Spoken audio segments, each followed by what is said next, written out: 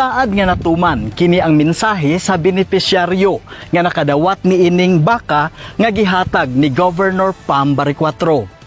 Isip inahan sa probinsya sa Sugbo, gugma ni Governor Pam Barriquatro ang paghatag og livelihood program sa matag Sugboanon.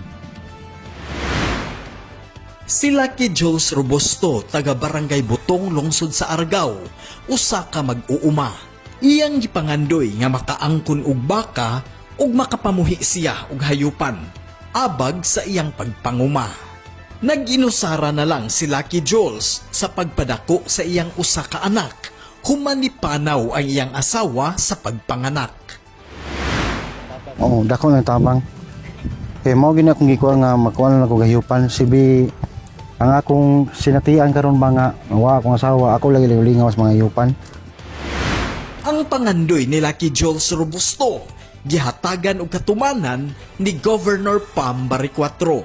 Pinaagi sa Cebu People's Action Center, gihatod sa Pinoy-ana ni Lucky Jules ang baka nga buntis ug mga kandi nga bayi ug laki aron mudaghan. Ang Cebu People's Action Center o CPAC mao'y gitahasan sa paghatag o pagkuyog sa maong pag-deliver sa kahayupan, no?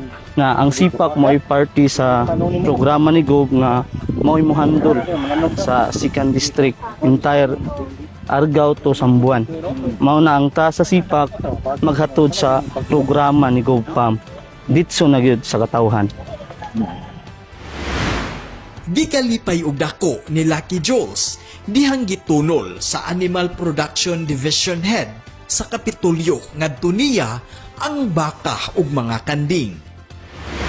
Naghatod ta sa duha ka head nga kanding, isa ka bay, isa ka laki, o isa ka head pod nga alaga nga baka. But fortunately, kung siya kanang mabdos ni siya daan kay na breed sa sa farm.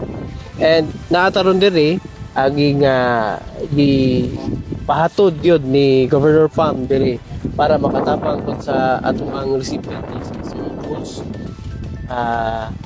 Gumikan lagi ato iyang na ihagian. Itong ipanghinaot, so kani siya nga mapalambo pa niya ang kanding mo daghan, ang baka pod nga. And at the end of the day, makatabang siyang ingon na to, kanang makatabang siyang adlaw-adlaw nga kuan ba, kinabuhian. Pasalamat ko ni Gov nga iyang gigituman gyud nga makabuhi ko gayupan.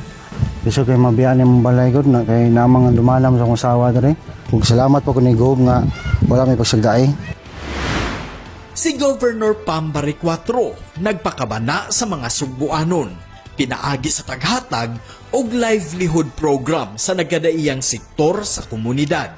Sa administrasyon ni Governor Pam Barriquatro, iyang gipaningkamutan ang mapaubsanon nga pamunuan nga puno sa gugma uban sa pagpalambo sa matag Sugboanon. Manginlabot magpakabana tungod kay ato ang Cebu. Munching Oxtero, Sugbo News.